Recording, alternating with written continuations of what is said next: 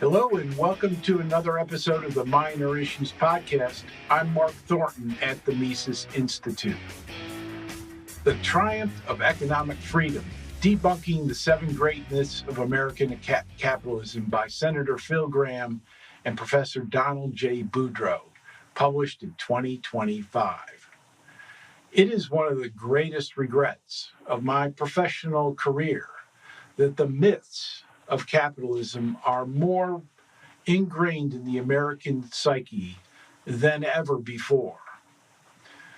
Two good friends of mine, professional kindred spirits really, have attempted to address these corroding myths with solid factual evidence and a penetrating narrative. I am entirely impressed with their book and wish them the greatest success in reaching everyone in the world who has an open mind, or at least is open to an intellectual challenge to their beliefs about the facts. I would make one caveat at the beginning to this reader. The authors would like to make an objective case for capitalism based on the facts and evidence. Fair enough.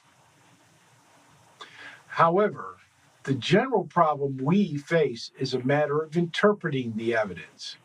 Here, the commanding heights of ideology actually control the distribution and explanation of the facts and evidence.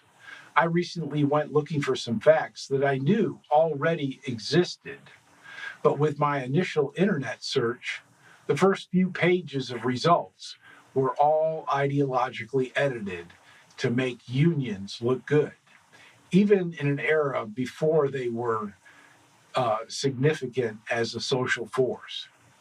Therefore, even if you consider yourself pro-capitalist, you should expect to be challenged, even shocked, at the plain facts you will find in this book.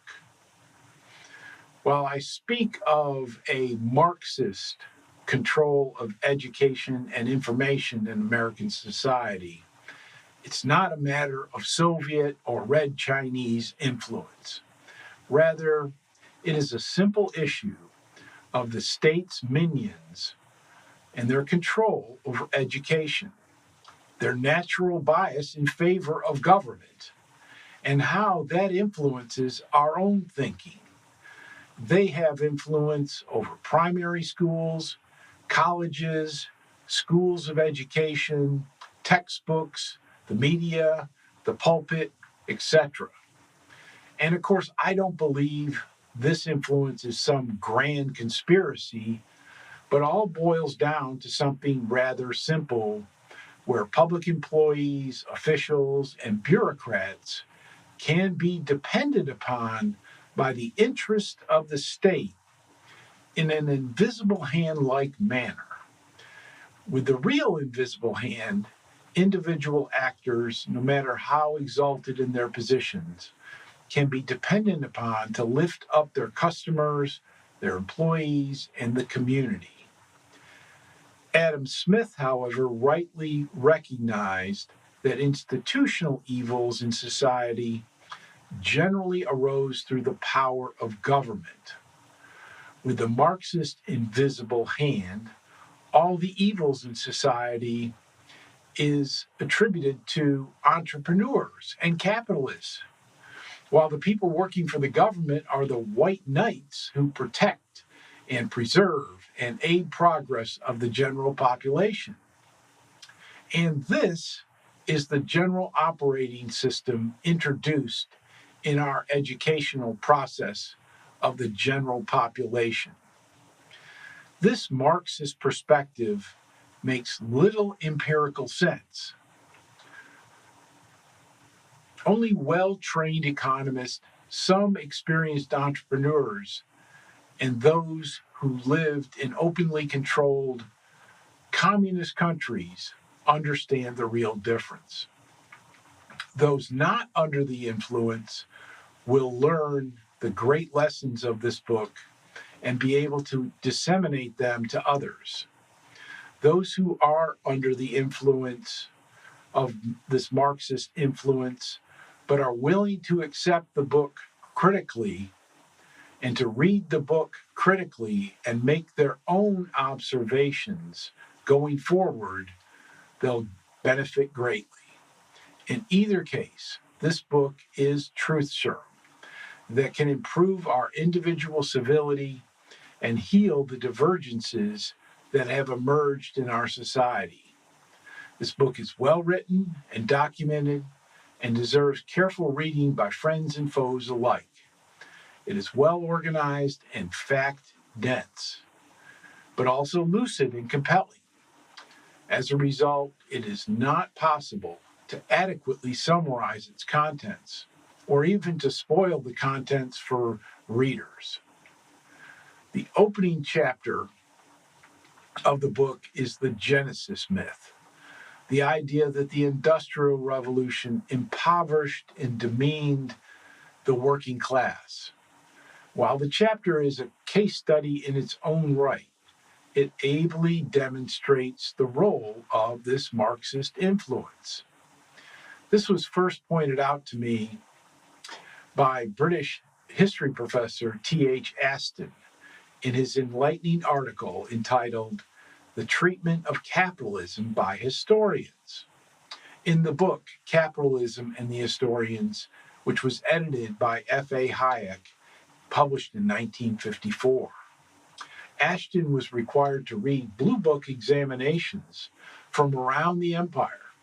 Ashton lamented that the answers he read reflected not the facts compiled by historians and in government reports, but rather by the dramatized, fictional accounts that either falsely compared earlier factory conditions of the Industrial Revolution with modern manufacturing conditions, or to romanticize earlier conditions of farm workers and house servants. Very similar to what Friedrich Engels, Marx's co-conspirator, had falsely claimed. One student answered to Ashton that farming was once widespread, but in more recent times he lamented that it had been confined to the rural areas. To introduce this fascinating topic of the Industrial Revolution, the reader should know that Karl Marx himself considered this dawn of capitalism to be the most constructive era in human history. For Marx and Engels, capitalism saved the masses from, quote, the life of rural idiocy, with the building of cities and the spread of literacy. The chapter also makes clear how anyone should read economic history. 1. What came before? 2. What changed? And 3. Why did it change? Karl Marx did a much better job with these questions than modern Marxists, but he was operating under the classical school's dogma of the labor theory of value. So naturally, he saw the process as a transfer from labor to capitalist exploitation, rather than the logical gains from trade perspective. Wage labor in factories represented gains from trade. Workers preferred the long, reliable workdays inside factories in cities to even longer, less reliable work outside in the English countryside. The facts presented in this chapter demolish the pernicious myth of the Industrial Revolution. And the saddest part of anti-capitalist mythology and brainwashing from fiction writers such as Charles Dickens, who demeaned capitalism in favor of the so-called good old days of the landed gentry running society. Their romantic views were therefore conservative and in furious opposition to liberalism and the capitalist uplifting of the common man. Many of these writers either came from the landed gentry itself or were financially supported by them. In Chapter 2, the story picks up in the United States, experiencing unprecedented economic progress. Here, the mythology narrative is written largely by muck-raking journalists, most noteworthy being Sinclair Lewis and his fictional book, The Jungle. Modern readers treat the book as if it were a report of some presidential commission, but all the juicy aspects of the book are obviously false, never factually verified, and hold the same amount of truth as the books Frankenstein or Count Dracula. In this chapter, our authors do deconstruct the monster of the robber barons and drain the blood of this myth that haunts the American consciousness. It is noteworthy that the massive, progressive, regulatory state of the early 19th century was built on top of this myth and was dismantled much later on more realistic grounds by none other than President Jimmy Carter and Senator Ted Kennedy. Chapter 4 addresses the myth that free trade hollowed out American manufacturing. Now, given its current political significance in the tariff debate, I trust readers will be self-interested in pursuing the facts of the author's case here. Beautifully described, it will be well received, given that a huge majority of Americans appreciate the tangible benefits of free trade and they oppose tariffs. Likewise, with Chapter 5 on the financial myth crisis, the deregulation myth cannot even be explained itself without revealing the quagmire of government regulatory bureaus and self-interested politicians run amok. The reforms of the progressive regulatory state by Carter and Kennedy unfortunately did not touch the regulation of banking and finance, leaving multiple overlapping regulatory apparatuses in place. Here in this chapter, the reader gets the benefits of an inside expert and an outside expert on government regulation during the great financial crisis era, and they present a clear and consistent explanation of the facts we witnessed, especially to the adjective of housing in the Fed's bubble. Now, Chapter 6 addresses the inequality myth, and Chapter 7 addresses the poverty myth. Of course, inequality and poverty always exist because they are relative terms. If you use either of these terms in any of your arguments or beliefs, or if you get bushwhacked in arguments by people playing the inequality card or the poverty card, you will need to read these chapters. Readers of the book, The Myth of American Inequality, How Government Biases Policy Debate by Drs. Gramm, Eklund, and Early, published in 2022, you will already be well versed in these facts. Now, returning to Chapter 3, the greatest myth, that capitalism caused the Great Depression, our authors actually address 4 woven together myths. 1, that capitalism caused the Great Depression. 2, that President Hoover was a do-nothing, backward-looking stooge, when he was actually an activist, progressivist architect of his own New Deal. 3, that FDR's New Deal got us out of the Great Depression. And 4, that World War II got us out of the Great Depression. First, I would like to ask the reader to revisit Karl Marx and Friedrich Engels' Communist Manifesto and their 10-point program for a socialist revolution. Second, compare what's in there with what was actually done to American society before the Great Depression, a wholesale, massive increase in central government power and regulatory authority. Most notably, the creation of a central bank, the Federal Reserve. Second, while economists continue to debate the causes and particulars of the Great Depression, we have come to a consensus that the fairy tale contained in most high school textbooks and works of fiction is false, and that the primary cause of the Great Depression was the Federal Reserve. However, there's still debate on the particulars of this issue. Austrian economists placed the blame primarily on the Fed for its actions before the crash and Great Depression. Gramm and Boudreaux emphasized the Friedman and Schwartz explanation that the Fed failed to adequately respond to the banking crisis and money supply collapse in the early 1930s. This explanation even is accepted by former Fed Chair Ben Bernanke.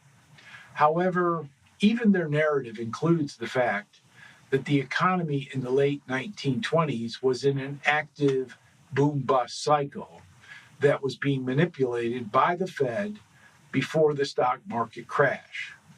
Banking was based on fractional reserve banking. The Hoover presidency had New Deal policies which were highly counterproductive, including the Smoot-Hawley tariff. FDR's policies were even worse, and that the Fed continued to make policy mistakes throughout the 1930s, and that the nearly opposite policies were applied to the potentially more dangerous bust in the economy in 1920, and that the economy recovered so quickly that the event is nearly forgotten by history. My favorite book on the Great Depression is Murray Rothbard's America's Great Depression, where he clearly, empirically shows that the Fed was creating the boom of the 1920s, and that Hoover's New Deal turned that contraction into a depression. But his treatment is truncated and does not address the Smoot-Hawley tariff, FDR's New Deal, and World War II. The plain, simple facts revealed here in the book clearly show that the Great Depression was not caused by capitalism, and that the main culprit was the Federal Reserve, with other politicians and bureaucracies contributing to its depth and to its length. In any objective and impartial setting, no one with any real-world common sense would put a committee of pampered academics, political elites, and power-hungry bureaucrats in charge of setting an economy's interest rates, credit policies, and money supply. This book is very well organized and well written. It is engaging and challenging for readers of all political stripes and levels of expertise. It is concisely argued with facts from a variety of reliable and authoritative sources. Be prepared to be challenged, to take notes, and to buy additional copies for your Christmas list.